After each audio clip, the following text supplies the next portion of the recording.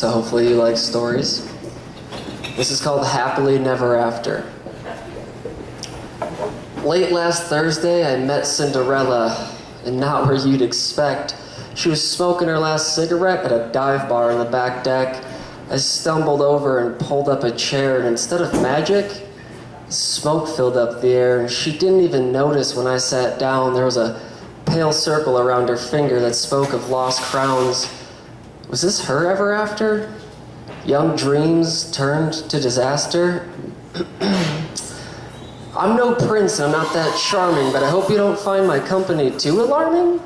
She looked up for a second and met my gaze. Fairy tales, she coughed, are just a craze. If you want this princess, forget the fucking slipper. Just go grab me a whiskey and be a good tipper. So I walked back inside and up to the bar. 2 whiskey sours and don't make them light. I'm trying to cheer up Cinder. Oh, fuck me, I think the bartender's Snow White. What's that you said, sir? You seem sort of drunk. She'd streaks of gray now and her breasts had sunk.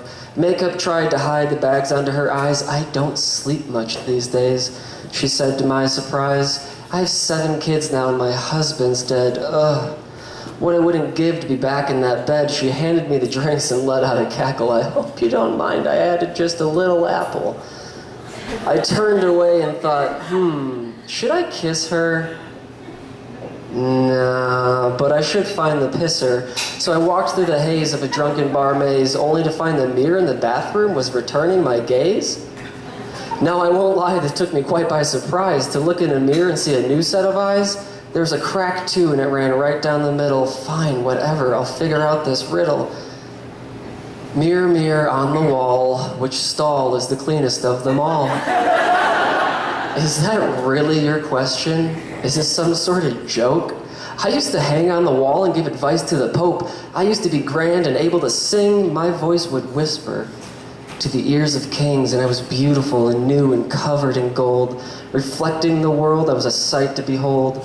But one day I spoke to a rather foul bloke, and in a single stroke I found myself broke, but that's enough about me. If you still need to pee, I suggest stall number 3.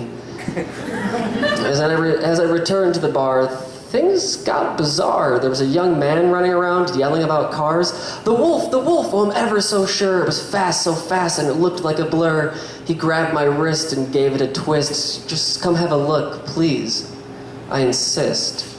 The wolf, he said, it ravaged my ride. It broke through the windows and tore the insides. Please, can't you help me? Just spare a few bucks. The wolf's out to get me, and I'm shit out of luck. So I threw him a 5, and I turned with a shrug, wondering, is there anybody in this place that would sell me some nugs? But just before I got to the door, my nose smelled something good. I turned the corner, and there she stood, a woman in red from her feet to her hood. Thank you.